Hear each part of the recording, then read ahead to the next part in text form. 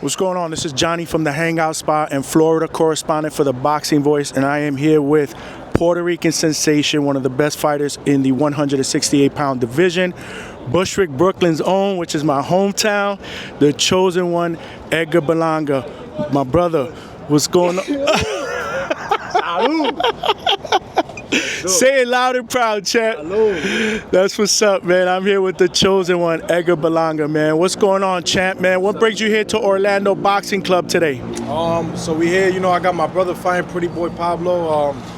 Pablo Pretty Boy Valdez. He's fighting this Saturday at the Osceola Arena in Kissimmee. So we over here, every time he fights or I fight, we give away free tickets to the kids, and we came out to Orlando Boxing Club to give them free tickets, so they go support us, man, this weekend. I hear that. And how excited are you to see Pablo fight, and what are you expecting to see that night? With him, it's always, that's my brother, so, I get more nervous, getting ready to watch him fight than my fights.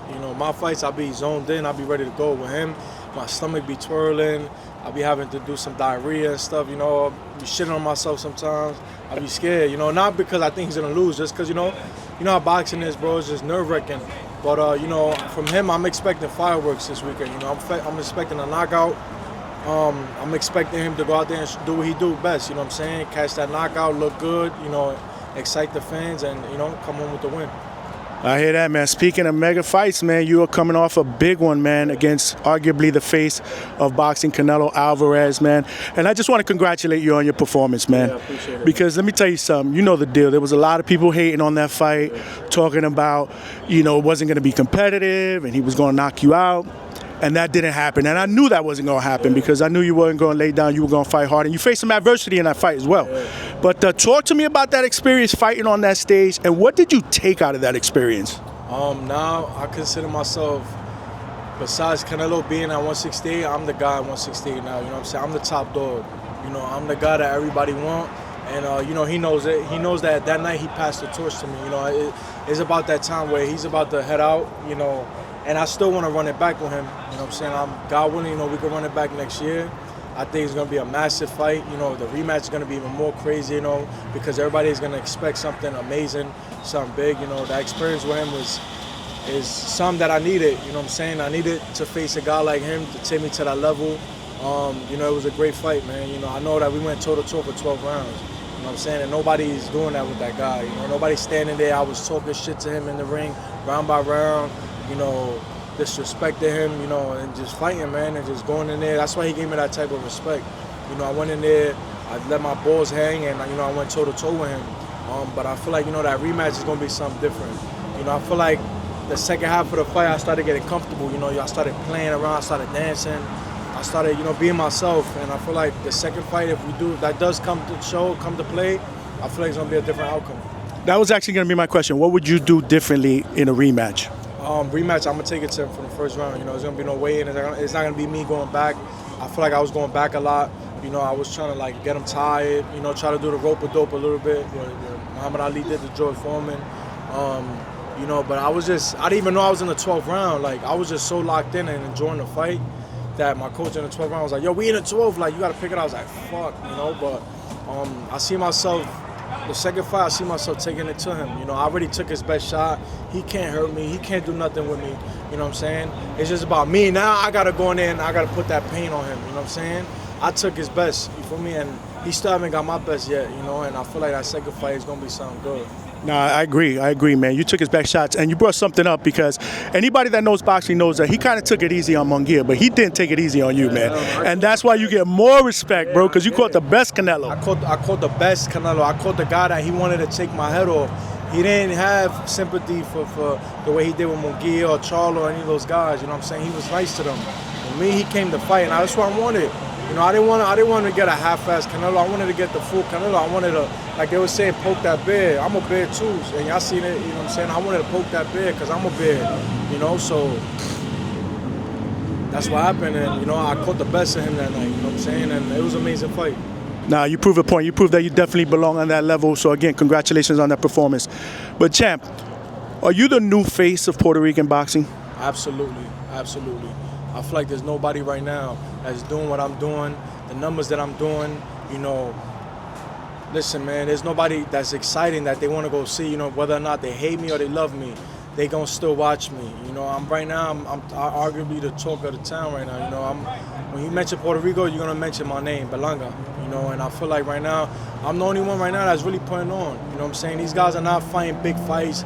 These guys are not fighting mega fights unless they under an undercard. You know, and with me, every fight from now on is gonna be a mega fight. You know, I'm gonna bring the hype. I'm gonna bring that thing that boxing needed. You know, what Trinidad had. You know, that stardom. You know what I'm saying? That humbleness and that bringing the people together. You know, that fight, I brought everybody together, man. You don't understand. I brought the whole Puerto Rico together that night. I brought literally the whole New York together that night. You know, and that's right there. That's on the road to becoming a legend. No, absolutely, absolutely. And speaking of Mexico against Puerto Rico, doesn't get any bigger than that. And you're absolutely right, man. That was a show. Yeah. That was an event. You know, that was an event. You know, he had one of the best Mexican artists walking him out. I had Lua La L, I had Akanje, I had Fat Joe walking me out. Lunai was there. Shout out to Crack. Yeah, Crack. You know what I'm saying? Like I had TS in the building. Like, come on, bro. Like I said before, that wasn't a fight. That was a concert. You know what I'm saying? There was a whole bunch of Mexican women, beautiful girls, beautiful people, guys out there that was just, you know, dressing up. You know, and it was a concert, man. And I was just happy the way it played out. You know, we went toe to toe. It wasn't a boring fight. You know, usually in the 12th round, you see people leaving the arena. Nobody left the arena. You know what I'm saying? Everybody's still there. No, absolutely, absolutely. Speaking of Puerto Rico, there's rumors that you're probably going to fight your next fight in Puerto Rico some point in the first quarter of 2025. Are there any truth to those rumors? Absolutely. You know, my first fight back, 2025, is going to be in Puerto Rico. It's 100% happening. We're looking at the Choliseo, so it's gonna be something amazing, man. You know, it's only right to come back to the island and give them a fight. You know, I came to Florida. You know, I came out here to Kissimmee. I fought at Kissimmee already. I fought in Orlando. I fought in New York, and it's only right to come out to the island. You know, to my island where I live now currently. You know, and go out there and just, you know, put on a show for my people. I hear that, man. I can't wait to see that. Any rumors on potential opponents? Anybody that you guys are looking at? A couple people, you know, but right now we trying to eye the IBF. You know, William Skull. I want to get that title shot. You know, I want to take his title. I want to fuck him up and just beat his ass. You know, in Puerto Rico. You know, I want to fuck him up. You know, he was talking shit. I already seen him talk a little shit. I'm gonna fuck him up in front of my people and. Olvídate, puñeta, estamos aquí, ya tú sabes. Let them know. Well, that was going to be my last question. I was like, Edgar, you got to let them know, bro. No. It's Spanish. Sí, no, estamos aquí 100% representando Puerto Rico hasta la muerte. You know, and that's what we're here for, you know, para poner la bandera arriba, en alto, como siempre, toda mi pelea. Y como yo hice siempre, si yo puedo morir en ese ring para Puerto Rico, yo voy a hacer eso. That's it. If you could play matchmaker or promoter, who would be your next 3 dream opponents? My next 3. I'll be Canelo rematch. It'll be Munguia and Charlo. What about Caleb Plant? Because he's talking a lot of smack. 4, if you throw 4 in there, Caleb Let's Plant. throw 5. 5, all right. So 4, Caleb Plant, and the last one, Jake Paul. Oh, you pulled that one out of left field, champ. You pulled that one out of left field, man. One more since we're talking about Puerto Rico, man, our home country, man. What's your 5 favorite Puerto Rican fighters of all time? I'm gonna be honest, I only got one. You know, like that I actually looked up to and that I love. You know what I'm saying? It's Tito Trinidad. You know, but if you mention, I could give you like top 4. I feel like it's Trinidad, me. You know, Trinidad, Miguel Cotto. Macho Camacho, and me.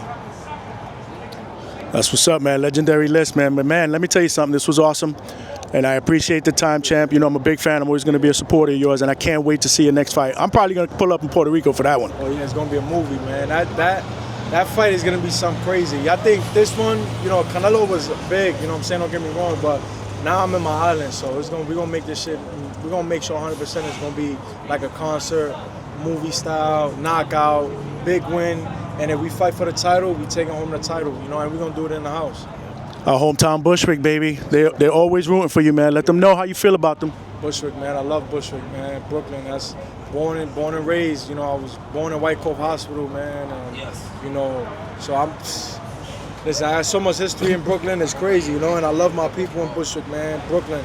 You know, I fight for them all the time. You know, when I go back, I'm like a king. You know what I'm saying? I go to every block in Bushwick, Knickerbocker, Wilson, Myrtle, Broadway, whatever. You know what I'm saying? I'm there. People love me, man. So, you know, I'm always continue to fight for them. Champ, I appreciate the time. Can't wait to see you perform again. I am here again with Puerto Rican sensation, the face of Puerto Rican boxing, the chosen one, Edgar Berlanga. Thank you. I appreciate it. I love you guys. Thank you. What up, YouTube family? Don't forget to hit that like button. Subscribe to the YouTube channel. Help us get to that 1 million subscribers. We're on the road to 1 million. And obviously, we have other great content on our Patreon channel. So since this video is over, head on over to our Patreon and check out all the exclusive content or right here on our YouTube members.